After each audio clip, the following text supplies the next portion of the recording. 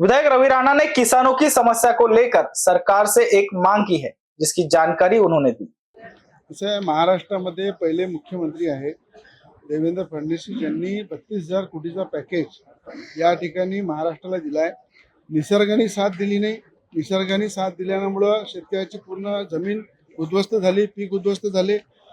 कापूस असो, सोयाबीन असो, संत्रा असो, तूर आहे, मूग आहे, ज्वारी आहे, मका आहे, सगळ्या पिकांबद्दल सरकारला सुद्धा चिंता आहे की भाव मिळत नाही।